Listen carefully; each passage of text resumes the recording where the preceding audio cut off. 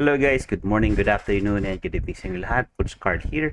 So ngayon tuturo ko po sa inyo paano nyo i-connect ang inyong account sa ating MyFX Book. So ano ba yung MyFX Book? Yung MyFX Book is ito sa website or software na ginagamit natin para ma-determine natin if our performance on our trades ay gumaganda ba or sumasama. And ito din isang basis natin or parang masasabi na din natin tong journal na matatawag since yung lahat ng trade setups natin, yung mga ginawa nating trades in the past ay nandito na din nakapaloob. So check natin kung ano ba yung way or process paano natin i-connect yung ating IFX. Okay? So simple lang naman yung mga kailangan natin dyan. Okay, dito lang ako dito sa baba. Kailangan lang natin yung account natin, syempre yung ating account number, password, tapos yung ating server. No? So dito magbibigay ako dito ng sample on how we can install no, yung step by step mismo and paano natin siya malilink sa ating MT4 or MT5 para ma-verified natin ito. Okay, punta lamang tayo dun sa ating website. So ito yung ating IFX book. So dito nakapaloob no yung ating mga trades setup and kung ano yung mga accounts na information na kailangan natin. So dito sa part sa taas, punta lang po kayo dito sa portfolio. Zoom natin. Ayan. Then punta po kayo sa account. Add account. And then kung meron po kayong MT4 or MT5, pwede po i-connect no. So, piliin nyo lamang tong auto update or itong MT4 or MT5. No? Alin man sa dalawa. So, for the example, MT4 yung ating gagawin. Okay. So, dito sa part na to, kayo nang bahala maglagay ng name po ninyo. Pwede po yan palitan. Sa akin, ito is CFX account. Sample na lang yan. Yan din sa sample lang. Pero dito, yung details na kukunin natin dito is, so tatakpan ko na lang dito guys yung password and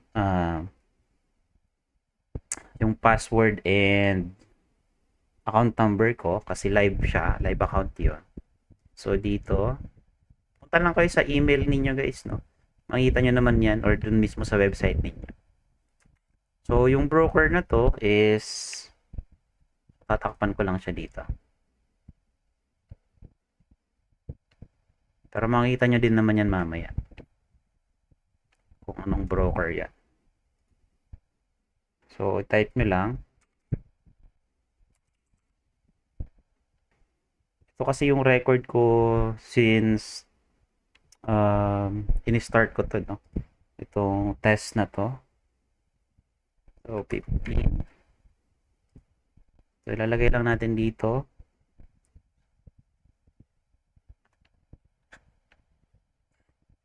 So, ilalagay lang natin dito guys yung account number ninyo. Tapos dito yung password.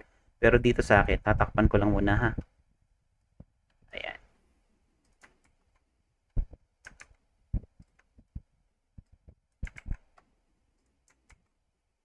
So, create.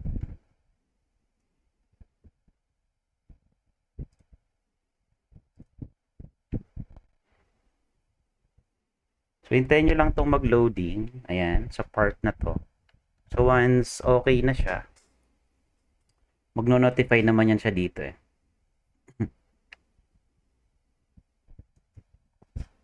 So, hintayin nyo lang.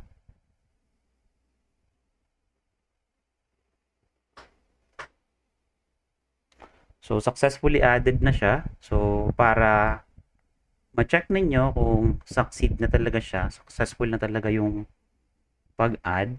So, take me to my account. Ayan. So, dito, sa part na to, okay na yan, no? Activate na yan. Ibig sabihin, matatrack niya na yung mga previous performance mo, yung mga trades mo recently, and yung deposit and withdrawals mo. And also, your drawdowns, yung equity mo, your balance, your profit, and deposit, no? So, and so on and so forth. So, dito sa part na to, kung gusto ninyong sample, no, may nanghihingi sa inyo ng MyFX book, pwede nyo tong i-share, no? Kaya lang, kailangan nyo tong i-verified, no? Para ma-verified yon, kailangan nyo lang munang i-click to, no? Information, please click here. Pwede dito, no? So, kailangan nyo siyang i-set up. Okay? So, para gawin yon, punta lang kayo dito.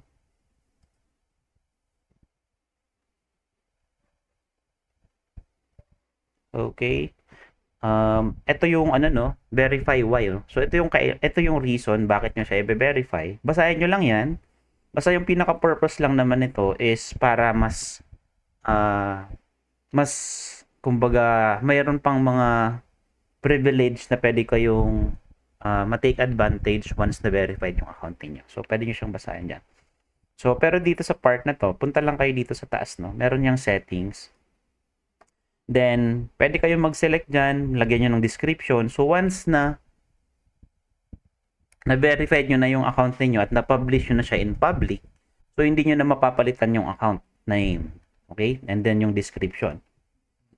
And yung other information dito, no, pwede nyo i-select kung ano yung basis ng inyong trading, technical ba and fundamentals, or automated ba siya or mix. Okay? Sa part na to is manual trade ko siya. Then yung permission is nandito, no. So dito sa part na to, kailangan nyo lang i-select kung ano yung mga gusto nyong ipalabas, no, or ipakita sa public. Meron kasi siya dito na sample, yung account number, pwedeng makita dito, no, once na pinag-press nyo siya dito, maging public siya. So, hanggat hindi pa siya fully verified, hindi nyo pa mapapublic yung inyong account. So, dito sa part na to, pwede nyo ipakita yung balance, trade history, lot size, open trades ninyo, yung comments, magic analysis capability, and so on and so forth, no? So, dito sa part na to, punta lang tayo dito sa verification.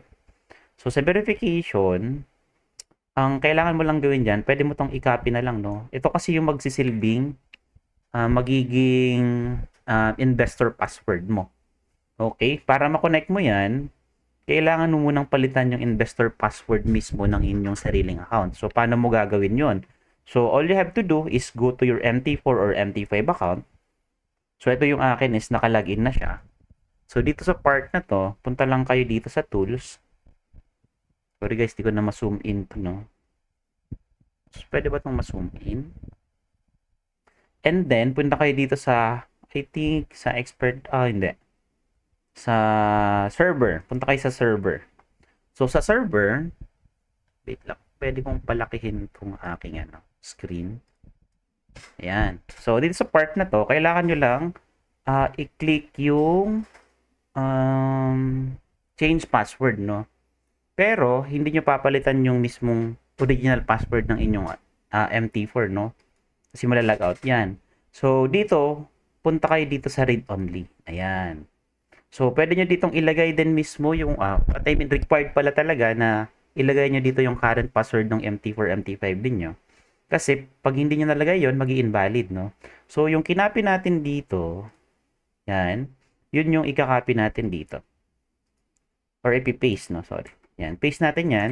Tapos, i-paste din natin dito yung current password natin. So, okay. So, once okay na yun, ayan.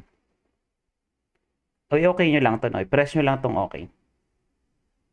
Alright. Press nyo lang to. So, okay na yan, no? Once na-press nyo na yan, punta na lang kayo agad dito. Balik kayo dito. Tapos, i-press nyo tong i-connect. Tapos, ito, wag nyo iwawala, ano? I-save nyo to. Okay? Kasi yan yung magsisilbing investor password nyo. Pwede nyo siyang i-share din or ipakita sa iba yung inyong mismong account. So, i-connect natin.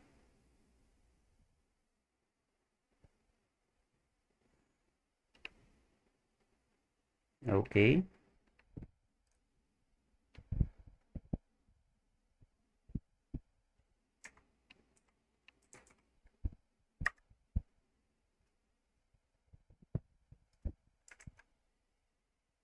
Okay, successful na siya, no? Then, ito wag nyong iwawalain to, no? Kasi importante din yan. I-save nyo din yan.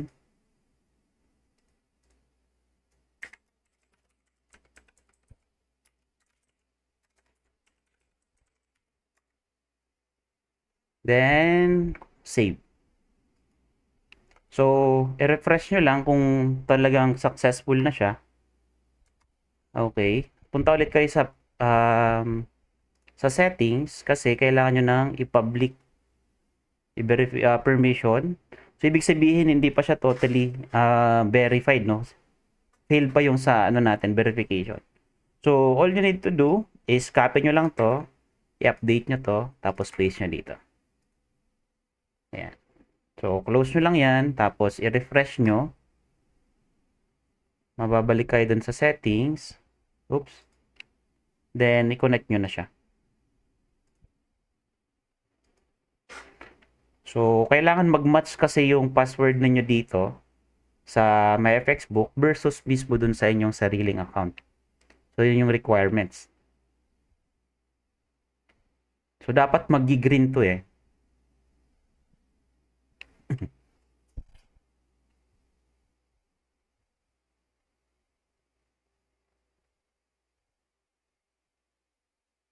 O yan. Mag-green dapat to, no? Successfully. So, ibig sabihin, match na yon lahat. And save mo na. So, pwede mong i-refresh or tignan mo kung pwede mo na siyang i-public. So, dito, hindi pa, no? I-refresh mo lang. Tapos, press mo ulit to. Then, permission. Then, that's the time na pwede mo na siyang i-public, no? Kung mapapansin nyo dito, yung yung check na green dito, dalawa na, no? So, ibig sabihin, yung other privilege na meron ka sa account na to is available na, no? So, all you need to do is press this one. Then, yung account, pwede mo ditong ipakita. Okay? Account number, yung statement, then yung balance and swap. Yung iba, hindi to pinapakita eh. Pero depende pa rin sa ano yung purpose kung ano yung paggagamitan nyo nito. Trading history, pwede nyo din ipakita. Yung lot size, yung open trades, lahat, no? Kung wala naman kayong tinatago, pwede nyo ipakita lahat yan, no? Yung stop loss, tags, and so on and so forth, no? Pero kung meron kayong mga hindi pwedeng ipakita in public, pwede nyo siyang i-select lang, no? Depende on your preference, no? Or dun sa kailangan ninyo. Okay, babalik ko pala to sa aking original size. Okay. Yan. So, hopefully, it's clear siya, no? Dito sa part na to. And lagi nyo tandaan, once na nag-public na kayo, hindi nyo na pwedeng palitan yung account number or account name dito and the description itself. Okay, public natin. And then, okay. Yan, nasabi din dito. Account is not be changeable. Pero may technique naman dyan. Kung gusto nyong palitan yung name po ninyo, pwede nyong i-delete lang yung account na to. Tapos, i-reconnect nyo nila. So, kung meron na mali dun sa account name ninyo or mayroong mga changes, pwede nyo siyang i-delete tapos i-reconnect mo na lang agad ulit. So, para ma-delete yun, punta kayo sa account, then delete. Yan. I-type nyo lang yung password ng MyFX book ninyo. So, importante yung mga password dyan. Kaya, dapat i-save po ninyo lahat, no? So, yan. So, dito sa part na to, okay na to. So, kung gusto nyo siyang i-share, wag nyong i-copy to, no? Hindi kasi siya valid. Ang kailangan nyong i-copy dyan ay yung nasa baba. Okay. Refresh lang muna natin para lumabas yun. Ayan. So, ito yung dapat i-copy natin. So, para kung sakaling halimbawa, gusto nyo siyang i-share sa iba, sample dito sa akin, i-paste ko lang siya dito, then, oops, not found, no? Ulitin natin. Okay. Pag merong ganong error pa, ibig sabihin, meron pang mali, no? Kailangan nyo pa siyang i-check. Pero all the process naman yan is okay na siya. From verification, yung attachment, yung pag-attach sa MT4 ay importante yon para ma-verified yung inyong account, okay? Yun yung pinakailangan requirements. Ba't kaya ayaw pa? That's smarter. Wait lang. I don't know what's happening, pero supposed to be dapat ano na yun, no? Makikita na yun in public. Check natin.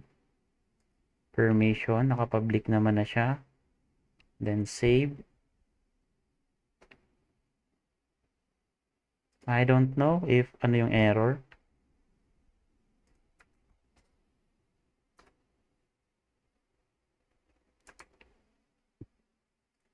So, dapat okay na yan.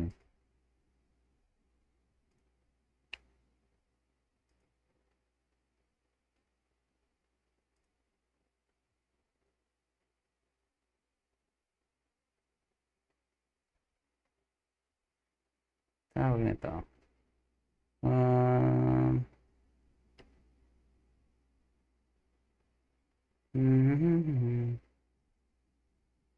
Saan yun? Account. Kasi pag ito kinapit natin, mali din to. Ayan, ganun yung lalabas, no? Pero dito sa ano na to, this system wasn't found. I don't know why. Siguro hintay tayo ng ilang minuto pa bago tuluyang ma-verify talaga itong account na to.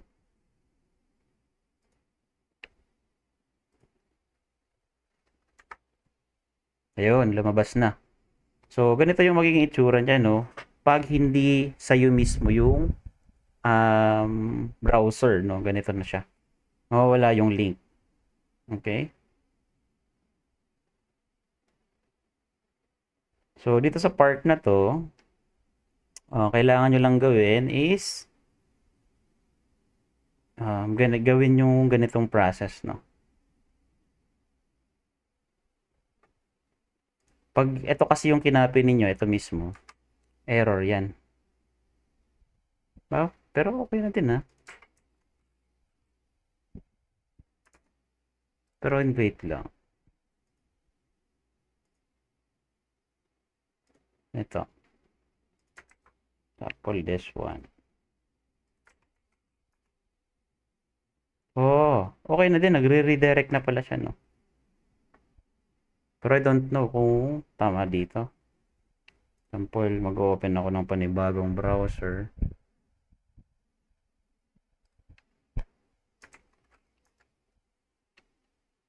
Okay, nagre-redirect na pala. That's good. Yan pala yung pinalitan nila dito. That's nice. So, yun lang guys para sa video na ito. And I hope makatulong ito, no? Madali lang naman yung process. And sundan nyo lang yung step by step. And maging aware lang kayo dun sa mga data and information na ilalabas ninyo in public. Hindi naman nangangulugan na public yung kailangan nyong ipakita nyo lahat. Kung meron kayong mga privacy na kailangang protektahan is nasa sa inyo pa rin. So that would be all guys for this video and I hope meron kayong napulot dito. Thank you so much guys.